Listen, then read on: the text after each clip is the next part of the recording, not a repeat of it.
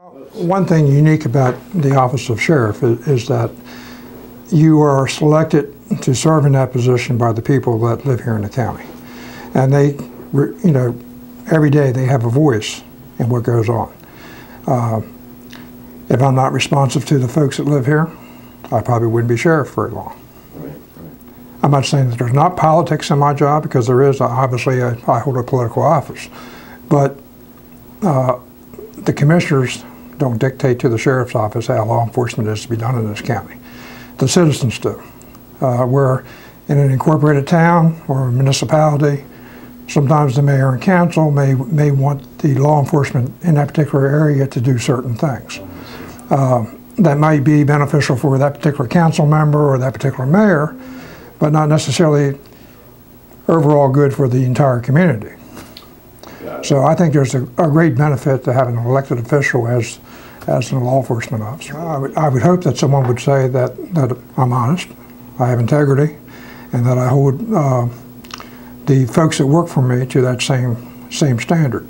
The sheriff's office here is an accredited law enforcement agency. We have been since 2003, which I'm very, very proud about.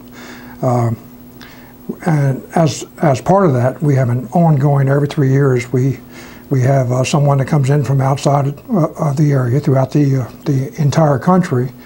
They send 3 assessors here that go through everything that we do, all of our policies and procedures, and they evaluate whether or not we're meeting the best practices standards that they have in place. Crime in this county, even when I was back in the criminal investigation division back in the early 90s, historically pretty much runs consistent with it the way it is running today.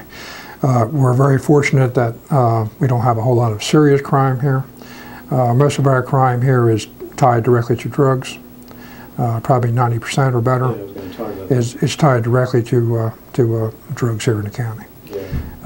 Folks that have substance abuse habits that are going to have victimizing folks, stealing computers, TVs, things that they can get rid of easy, guns, for more drug money. Heroin has reappeared. Right now it's all up and down the eastern shore here. It's a great concern to us, because sometimes when folks are on heroin, they get very, very desperate, and they sometimes commit more serious crimes. They'll do anything to get that money to go have that fix. So I mean, it is a great concern to us, and it's something that we are actually trying to do more about. There are 2 things that I'm working on currently. One is that we have reestablished the narcotics enforcement team here in the county, which is we call it the NET team. And the number for that's 410-778-5609. I have, there used to be just 2 deputies assigned to that particular unit for drug investigations out of the sheriff's office. Now, the Maryland State Police also have a drug task force here. These are 2 separate investigative units.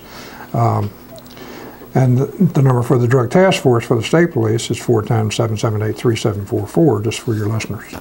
But the narcotics enforcement team has, as of the middle of April actually, has been reestablished. I now have 3 deputies assigned to it, a supervisor and 2 deputies. And they are actively working these cases.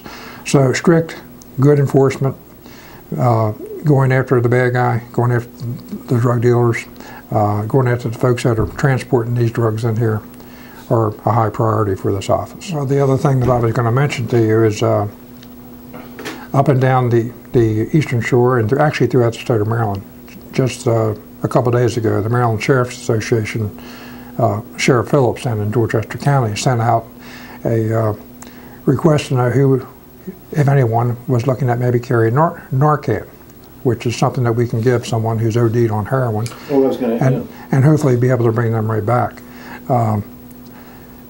So he was inquiring through an email about exactly who has these programs, is anyone looking at them, and the responses that I've seen coming back from my fellow sheriffs throughout the state is that some agencies or offices are starting to come on board with that.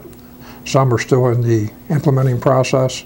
I did reach out to our EMS folks here, asking them to think about this, and it's something that the Kent County Sheriff's Office would certainly consider doing.